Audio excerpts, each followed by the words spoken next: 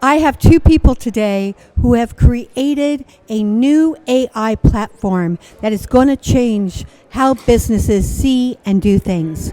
We are with Elisabeta Qoku and Cenk. Elisabeta, tell us about the new platform. What is its name and what can it do?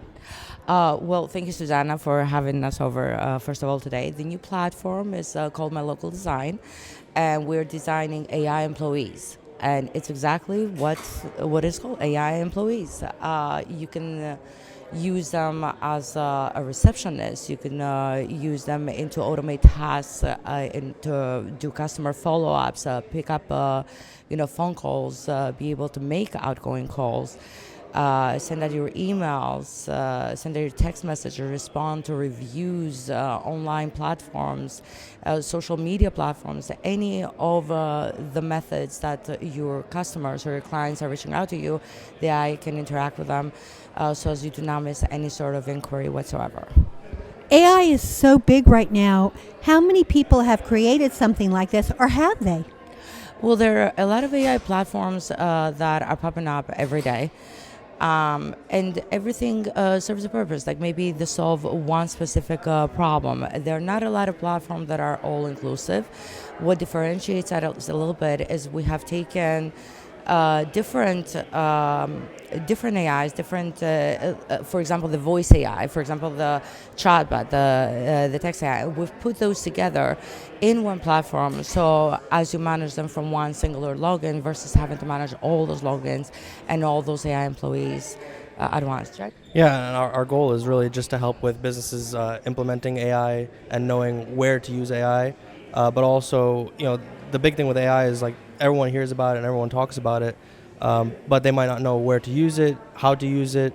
And that's one thing that we're really strongly on focusing on is helping businesses with knowing where they could use it to be efficient for their business, but also help them with growing their business as well. If it's a smaller business that might not even afford employees right now too. Right now, there's been a lot of controversy with this because we're in Broadway and film and TV, and it really has taken its toll on writers and different people. How is this going to help? And will it hinder other people's time and creativity? Well, I actually do feel very strongly about that because right now there are tools that AI can create something that sounds exactly like the artist, sounds exactly like the writer, create music exactly like the music screenwriters, the singers. And the question at the moment is, who owns those rights? Because is it created from the artist? Is it created from the author? Or is it created from, AI? And if it's created from AI, which we know already that it is, but who has the rights to that? And it's been a subject quite some time ever since AI became public and it was massively allowed to be used by the public. I think they should pass more concrete laws, and definitely artists should be that their work has been used in order to for AI to create the artist should definitely be reimbursed for it or definitely get the benefit from it. On the other hand, the artists that do use AI, they can enhance what they're creating to come up with a much better masterpiece of what they're definitely known for. So it is a double-edged sword. It is definitely a double-edged sword. Yeah, I definitely agree with that. We're kind of approaching a challenging time with the ethics and the copyrights of who really owns that data when AI creates something new, but based off of other people's work already. So I think we're approaching a time where we need to, like Elisabeta said, create some concrete rules and laws of what governs that. But ultimately, I see it not necessarily as a hindrance, but also it makes it more and more important that we have that human element in what we create. And I think that's one thing that AI will always come very close to, is being close to being human, but it's never going to be fully human. And I think that's one thing that we can't take away from our art, from our music, from even just this podcast right here. We can't take the human element away from it. That always has to be there. I have to ask these controversial questions because these are the questions that are on everybody's mind and everybody skirts away from.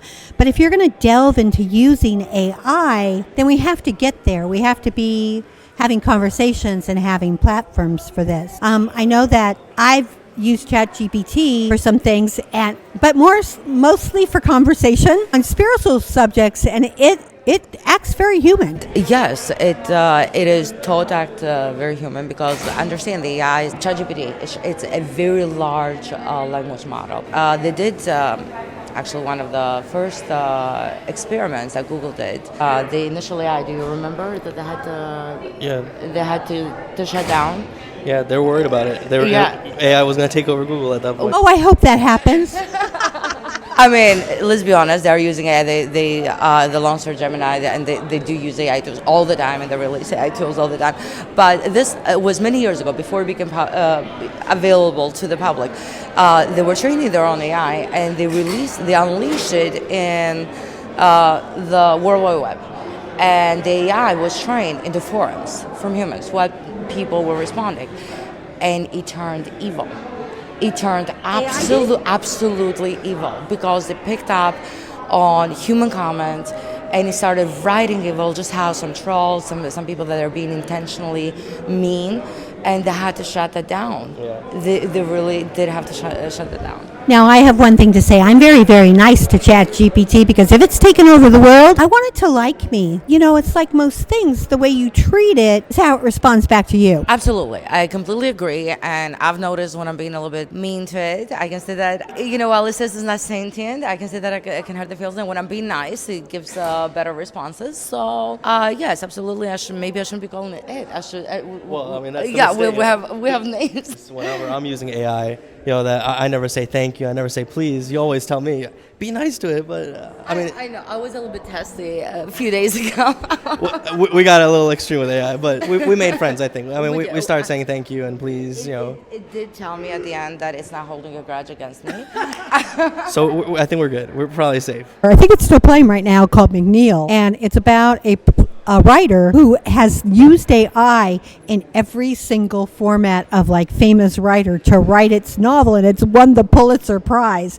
And a lot of the critics gave it bad reviews, but I was like, I love this show because really this is what's happening, and people do not get it. But I want you to lead me through. I have just become a client. What do I do? Okay, lead me through it. What happens? Okay, well, what I was attempting to demonstrate, and it's very sensitive because it does pick up background noise. What it does is it's self-demos. So it is an AI assistant that it has the ability to demonstrate how an AI assistant can help you in your business. Initially, it speaks, it says, hello, I'm Louis, and I can walk you through how I can be of assistance in your business. And it will ask you a couple of questions. What is the name of your business? Who is your primary, who are your primary customers? What sort of readers, of course. What sort of inquiries you get the most? And it's going to take on that role. Then it's going to walk you to role play. So now it's going to completely change itself, and it's going to take on the role of your assistant, responding on the phones. As if somebody called your business and responding on your behalf and giving whatever scenarios you've let it run, through. And that can be fully customized with the voice. You can also upload your own voice, so people, get to hear you and respond to every scenario that you have in your business. So that imagine the time that you're saved, and imagine when you cannot pick up the phone, they ask 24/7. So they get a response 24/7. Now, I have a question because I miss a lot of them because I do not have the time to do this. I have people that want advertorial. Could they literally, and basically all I have to do is copy, paste, and put it in, and then put in a picture. Could they do that for me? Absolutely. And in fact, we'll probably talk about that a little bit later, too. But it absolutely can. So that's one of the goals of what we're also striving towards is business efficiency as well. So, beyond the answering of phone calls, handling and booking appointments, handling social media, even the small inefficiencies in business, like you just mentioned, that's another big goal as well. That's the struggle of any small business owner is the little things, the little tasks they have to do every single day. which we definitely want to talk to you about as well. Yeah, I'm incredibly negligent on this. Anyone who knows me will tell you this. Unfortunately, money has never been my god, so I'm more about the creative content than I am about the other. My friends would really be happy if I did this because then they'd get paid and they would like me more. Yeah, I need help because there's not enough hours in the day for the things that I have to do. I'll have people going, oh, we'd like an advertorial. What is it? How much? And what are the criteria? And I tell them, and it's like I've spoken a foreign tongue. I tell them, you have to send me a picture because it's a legal issue. How many times? Oh, can't you put the picture in for me? No, I cannot. Do not put in a link. You can enclose the link in a Word. I do not want to see links in the story. Do they do it? No, of course not. They try to get away with murder. And I'm not exactly, unfortunately, the nicest human being when it comes to this. So I need AI to take over. Oh, that is one of the easiest, really. It's one of the easiest things that can be fixed with the template. We tell AI exactly what you need done, give it some knowledge in the industry that you're in, and those are just standard tasks. Those are very basic tasks that it has to follow. So somebody cannot submit anything to you unless the AI is saying that you have to do this, you have to do that. And you know what? You can get tired responding. AI doesn't. So if it has to repeat itself 300 times, it will repeat itself 300 times, and it's not going to get tired, and it's not going to lose its temper, and it's not going to want to go to sleep after some time.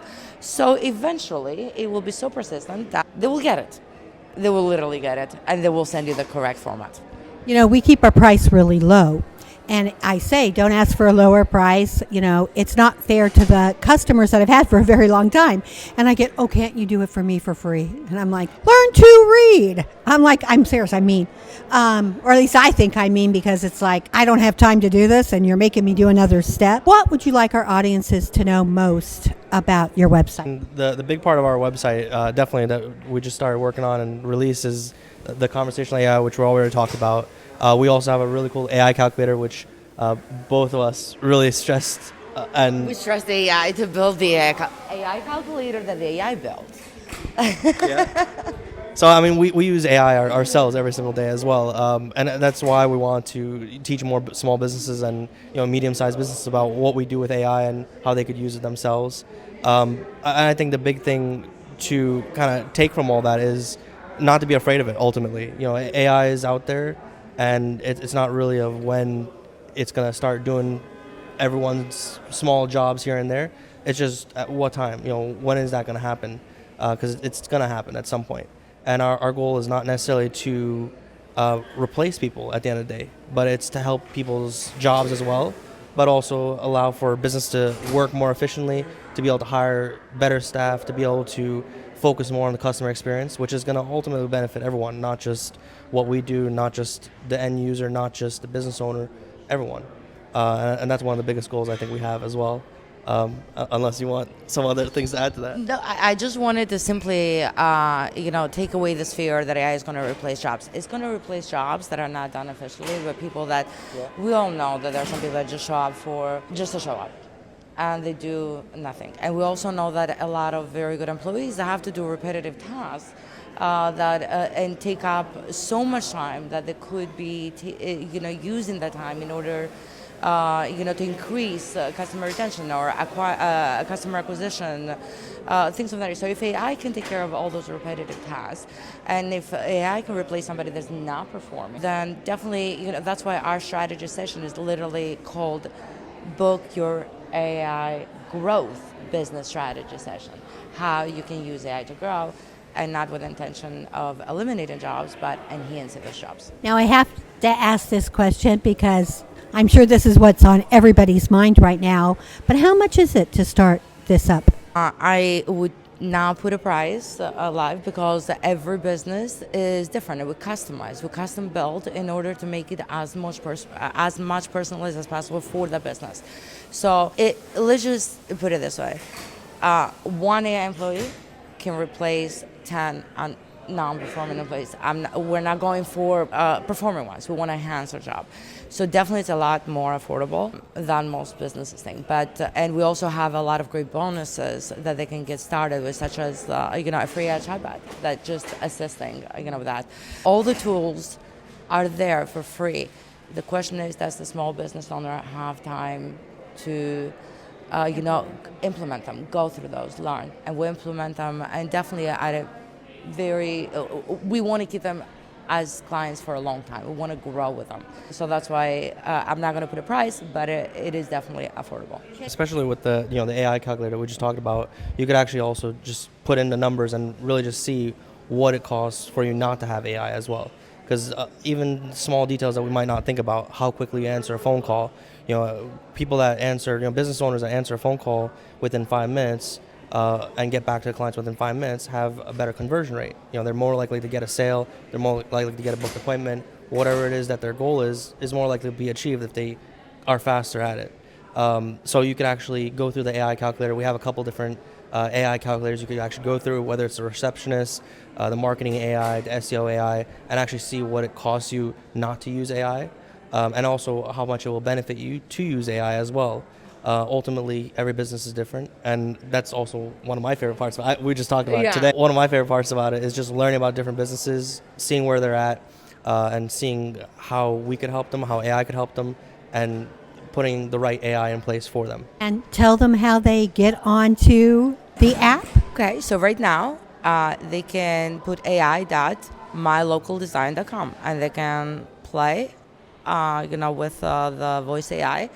And if they book a call, they're going to have a lot of Christmas bonuses. As you can see, AI is here to stay. I am so grateful to my guests, Elisabeta Qoku and Cenk. I am grateful for Magda Katz, who always makes us look and sound good, to Ramel and the Hotel Edison for giving us a home and letting us be here. I'm Susanna Bowling. This is live from the Hotel Edison. And yes, this was not done by AI.